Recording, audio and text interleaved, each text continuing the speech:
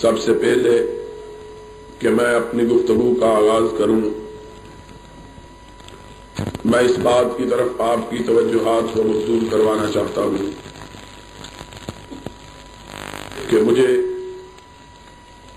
ہر سال ربیع الاول کے مہینے کی آمد پر پاکستان کے اندر جو کہ مسلمانوں کا ہے، اور یار کوئی بندہ نہیں جو ان کو چپ کرا سکے، کوئی سارے یہاں کھڑے کیا کر رہے ہیں؟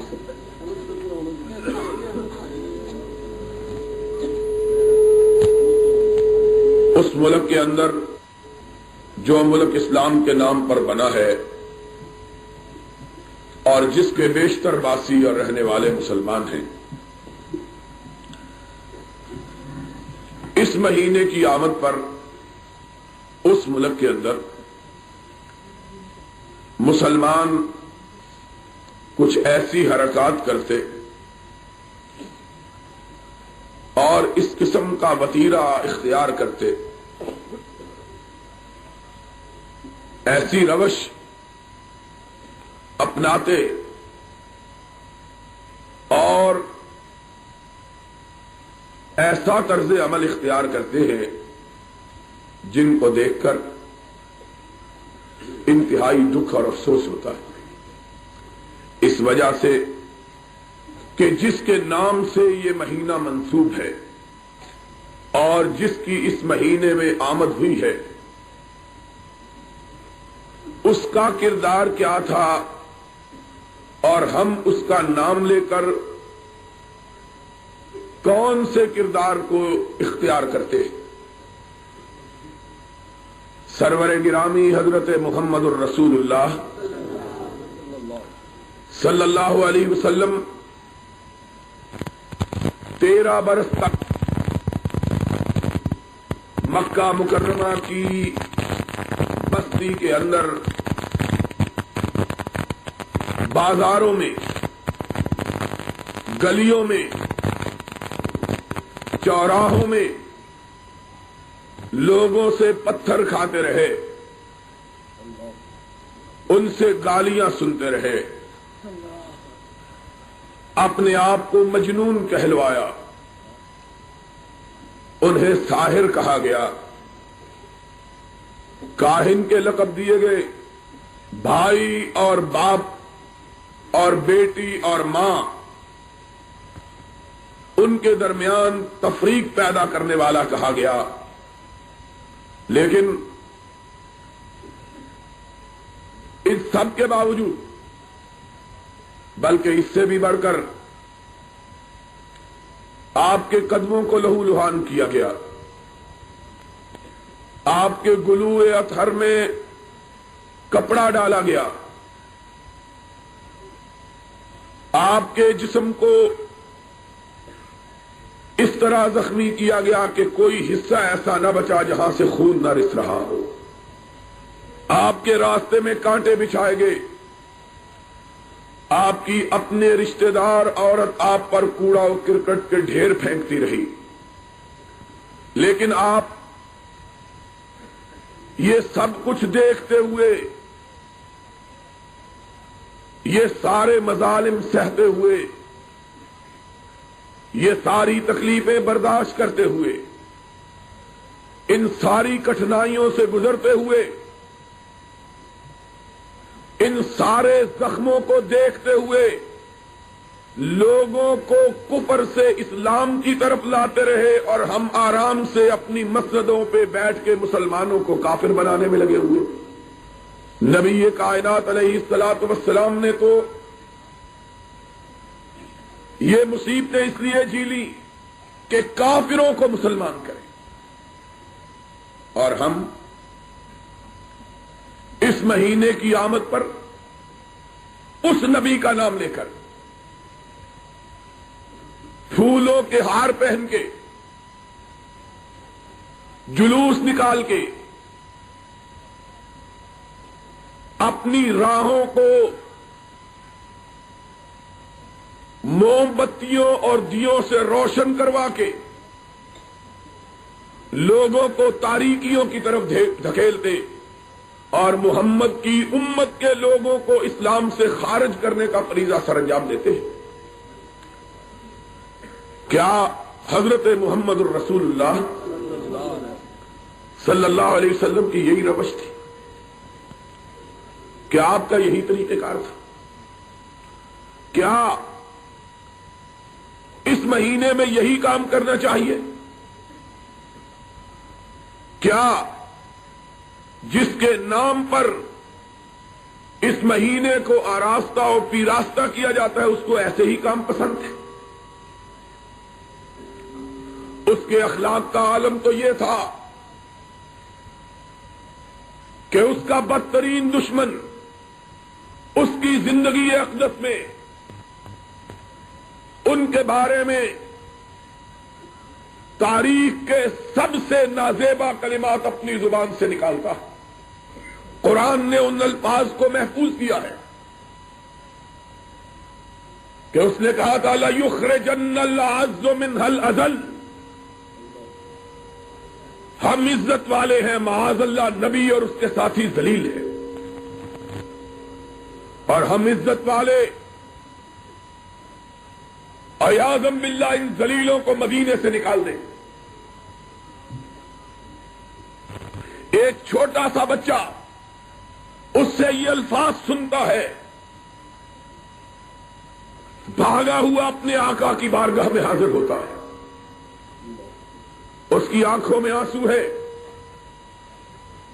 اس کے لب شدت غم سے پھڑپھڑا رہے ہیں، اس کے چہرے کا رنگ اڑ چکا ہے، اس کے رخسار زرد ہو چکے، اور غصے سے چھوٹا سا بچہ تھر تھر کانپ رہا ہے۔ میرے آقا پیار سے اس کے سر پہ ہاتھ رکھتے ہیں، فرماتے ہیں بیٹے کیا بات ہے؟ آنکھوں میں مچلنے والے آنسو ٹپک کر باہر گر پڑتے ہیں، کہتے ہیں آقا آج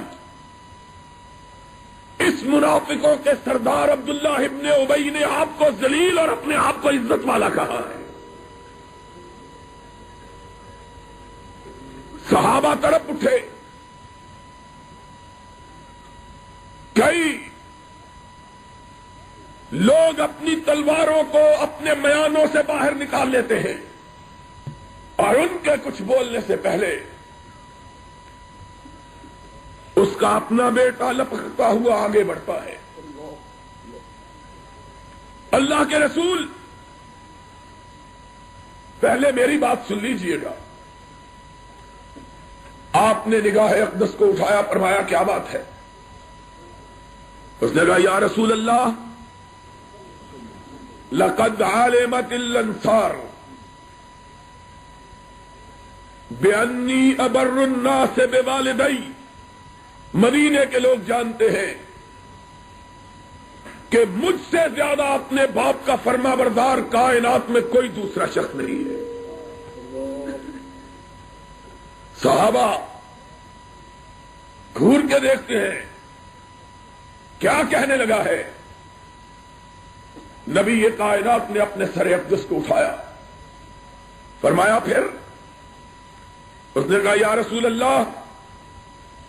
لوگ جو سمجھتے ہیں سچ سمجھتے ہیں،